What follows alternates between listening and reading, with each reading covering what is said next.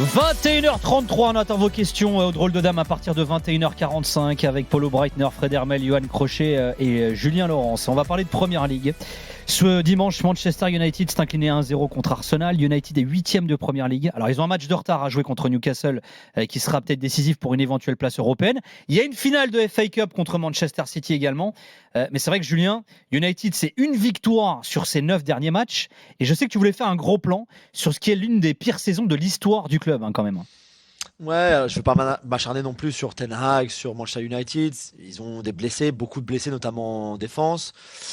Mais au moment où on parle beaucoup ici en Angleterre de son avenir à lui, est-ce que Radcliffe, Brailsford, tous les nouveaux patrons du sportif à United vont le garder, vont le virer, qui pourrait le remplacer, etc., etc. On en parle beaucoup en Angleterre.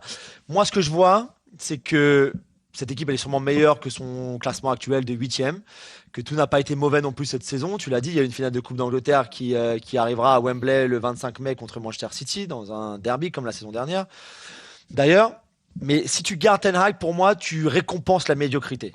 Tu peux pas, après une saison comme celle-là, tu peux pas lui donner encore il a encore un an de contrat dans son contrat, donc tu lui donnes pas un nouveau contrat, mais tu le conserverais, et pour moi, ce serait une récompense à la médiocrité. Parce que hier, c'est leur 14e défaite de la saison en Première Ligue, ce qui est le plus qu'ils ont eu en Première Ligue, donc pas dans l'histoire du football, donc pas quand ils sont descendus par exemple, etc. Mais en Première Ligue, c'était la 9e défaite, toute compétition confondue à Old Trafford, ce qui est le pire dans toute leur histoire. Il y a quelques saisons comme ça, dans les années 20, 70, une année dans les années 60 aussi, une saison dans les années 60 où ils ont fait 9 défaites. S'ils perdent mercredi contre Newcastle à Old Trafford, dans leur dernier match à domicile, ce serait donc la 10e, ce serait la pire série à domicile de toute leur histoire sur une saison, toute compétition confondue.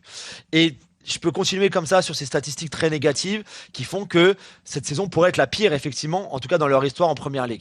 Comment est-ce que tu pourrais garder Ten Hag, même si tu peux dire que les blessures leur ont fait beaucoup de mal en défense. On a vu Casemiro faire n'importe quoi dimanche contre Arsenal où il couvre Kai Havertz sur le but. C'est assez fou qu'à ce niveau-là, même mais on s'inquiète beaucoup en Espagne de le voir.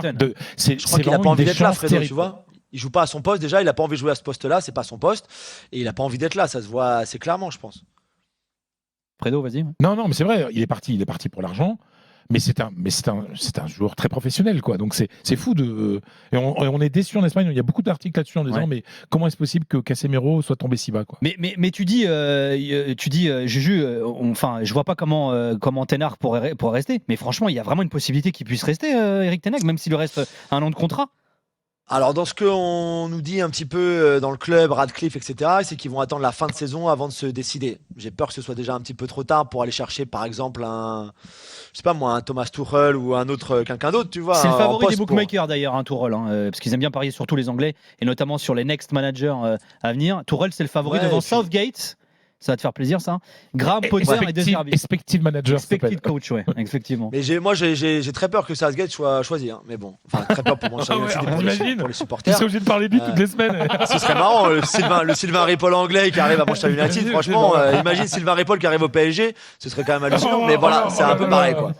Julien, comment réagit le public ? C'est-à-dire que quand tu es Manchester United, y compris dans les excès, lorsque tu gagnes tout, cette période-là où je pense que dans les médias, tu dois être un peu la risée de tout le monde en disant ne faites pas. C'est un titre en 6 ans, United.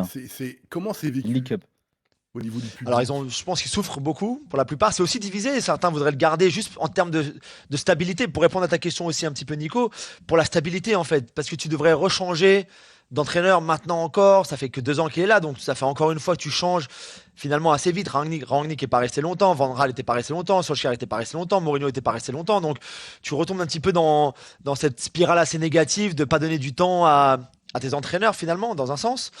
Donc je pense que c'est vraiment un petit peu mitigé. Je lui ai mis une grosse mine hier à la radio anglaise et dans les commentaires sur les réseaux, il y a un peu des deux. Il y a des gens qui sont d'accord avec moi en disant c'est vrai c'est impossible de le garder. D'autres qui disaient mais on a besoin de stabilité aussi, ce que je peux très bien comprendre. Et encore une fois, les blessures, je pense, l'ont aussi beaucoup perturbé, ont beaucoup perturbé la saison. On verra bien. Moi, je pense que quand tu commences une nouvelle ère comme ça, juste pour terminer, quand tu as un nouveau directeur général, Omar Barada, quand tu as un nouveau directeur sportif, Dan Ashworth, quand tu as un nouveau directeur technique, Jason Wilcox, quand tu as même un nouveau responsable du sportif, Oui, enfin, il n'est pas nouveau propriétaire parce que c'est encore les Glazers, mais voilà, Oui. il est entré dans l'actionnariat.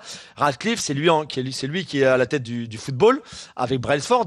Pourquoi est-ce qu'ils garderaient le mec qui était avant? Ils vont mettre un mec un mec à eux, c'est tout à fait normal. C'est ce que n'importe quel chef ferait dans n'importe quelle société, dans n'importe quel club de foot.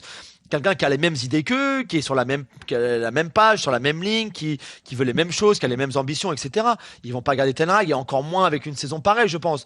Donc c'est pour ça. Ce sera intéressant de voir, mais effectivement, Nico, je suis d'accord avec toi. Pour moi, il a plus rien à faire là la saison prochaine. Bah, d'autant qu'il y a une autre question, parce que Polo posait la question pour les supporters, mais ça se passe comment entre Ten Hag et les joueurs aussi?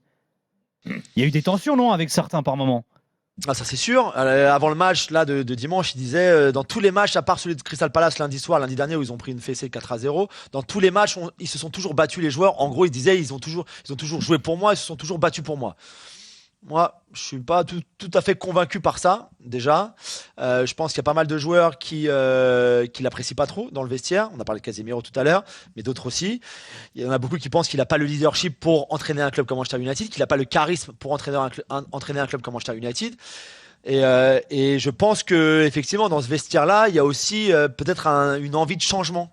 Alors, je sais pas quels joueurs seront là. Je pense qu'ils vont faire aussi un petit peu le ménage, mais je pense qu'il y a aussi une envie de changement. Et juste pour finir, quand hier il a fait très beau à Manchester pendant la majeure partie de la journée, et puis après on a eu un déluge incroyable, et il a beaucoup plu, mais vraiment, hein, c'était de la pluie torrentielle, et donc ça nous a rappelé toutes les fuites qu'il peut y avoir à Old Trafford. L'eau coulait. Ah, c'est marrant, il y en a pas mal qui disaient ça d'ailleurs sur le chat là, de la chaîne YouTube de l'After en disant faut parler de l'état d'Old Trafford. Ah ouais, vraiment à ce point-là? Ah ouais. Ah non, mais Le l'eau club rentrait prend dans le quoi. vestiaire. Ouais. Non, mais l'eau rentrait dans le vestiaire visiteur. Ah ouais. Non, mais c'était dans la salle d'interview qu'on a donc sous le stade, en fait, pas loin du tunnel. L'eau rentrait, mais c'était de la folie, quoi. Ça tombait. T'as l'impression qu'il pleuvait à l'intérieur. C'était hallucinant. Et quand tu vois les images des trous dans le toit et l'eau qui tombe comme ça et qui dans les tribunes et tout ça, c'est hallucinant. Mais moi, je sais même pas comment les Glazers, qui pendant longtemps, faut le rappeler quand même, hein, se sont servis autant qu'ils pouvaient, se sont goinfrés d'argent que le club faisait rentrer, sans toucher au stade, alors qu'ils tombent en lambeaux depuis des années maintenant. C'est sincèrement, c'est une honte absolue. Tiens, dernière petite question quiz surprise, toujours sur la thématique de la D2. Vous l'aurez compris, ça va concerner l'Angleterre. Leicester est devenu le club comptant le plus de titres de D2 anglaise cette saison. 8e titre. Avec 7 trophées, il était à égalité avec qui? Quel deuxième club qui a le plus de titres de D2 en Angleterre, selon vous? West Bromwich. Non. Sheffield United? Non, that's bigger. Leeds? Non. Non, c'est bien plus gros. Bien plus gros encore. Aujourd'hui, en tout cas. En attendant... Ouais, City. Bravo, ouais. Il l'avait trouvé, Jamie Brown également. Man City, 7 titres de D2. On avait oublié que c'était un club qui faisait souvent l'ascenseur. Longtemps. Bien sûr. Jusqu'aux Émirats, jusqu'à l'arrivée des Émiratis.